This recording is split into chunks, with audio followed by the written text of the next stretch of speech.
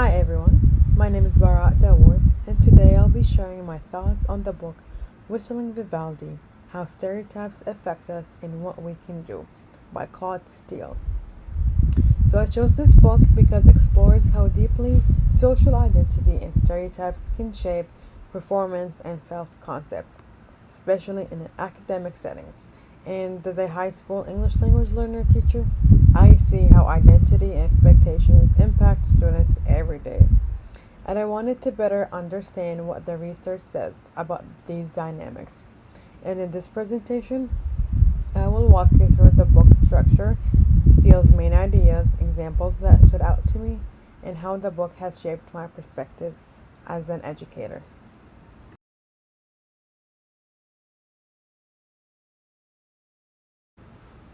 So, why I selected this book? For its relevance to social identity and academic outcomes, valuable insights for understanding diverse student populations, especially English language learner students, and how we connect psychology with practical classroom concerns. So, this book it directly addresses how stereotypes impact student performance, and as an English learner teacher, this topic resonates with my daily classroom experiences.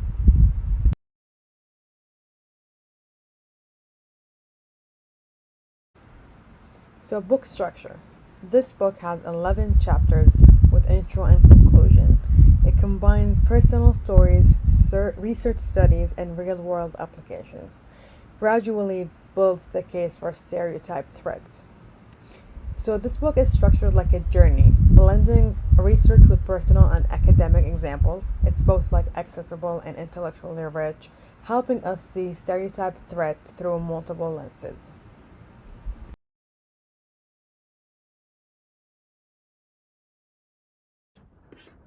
About the author. Claude Steele is a social psychologist and researcher, former provost of Columbia University and Stanford professor. He developed the theory of stereotype threat.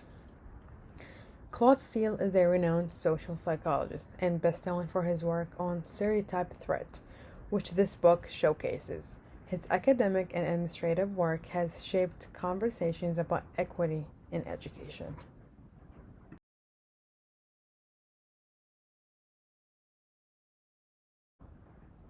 The first key point we have is stereotype threat, which is being at risk of confirming a negative stereotype affects performance. For example, women underperform in math when reminded of gender stereotypes. So, the first key point is stereotype threat.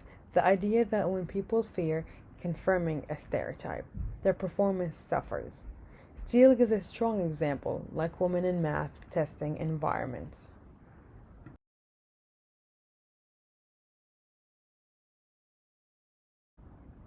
And the second key point is identity contingencies, which is situational pressures linked to identity, for example, race, gender, and etc., and the impact how people engage in learning, work, and life.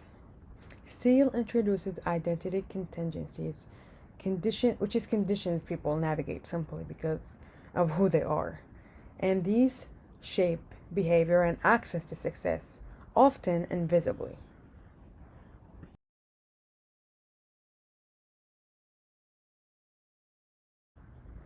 And the third key point is reducing stereotype threat.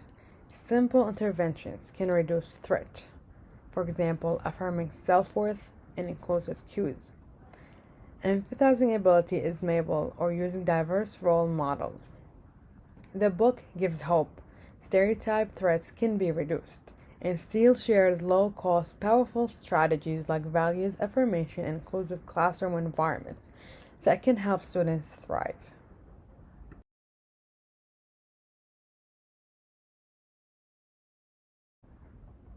So, what I already know, stereotypes can limit opportunities, and diverse students often internalize cultural assumptions.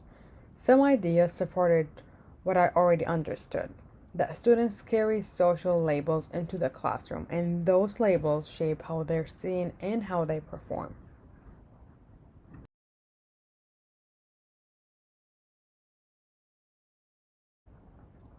So, what was new to me is the subtle but measurable effect of stereotype threat on test scores and stress, and how widespread and deeply rooted these identity contingencies are. So, what really surprised me the most was how deeply stereotype threat affects cognition. Even strong students can underperform due to subtle social cues and expectations.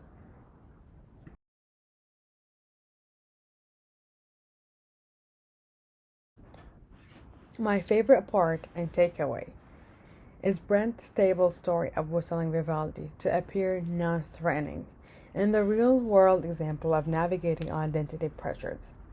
My favorite moment in the story behind the title, Brent Stables whistled classical music to ease others' fears. It powerfully illustrates the daily reality of stereotype management.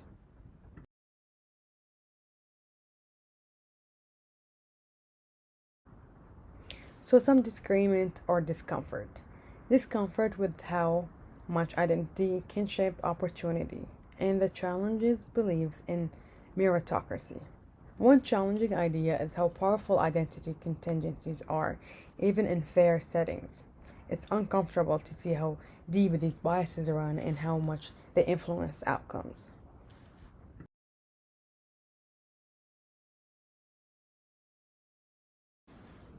So, recommendation. I strongly recommend to keep the book on the list. It is highly relevant for educators and those working with diverse populations. So, for me, I really do recommend this book for future classes. It's deeply relevant to equity, inclusion, and the everyday experiences of teachers and students alike.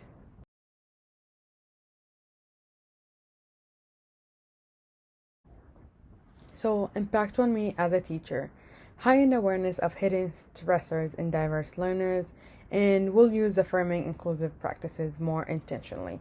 This book has changed how I will approach teaching. I now better understand the invisible stress some students carry, and I will work even harder to create supportive, stereotype free spaces.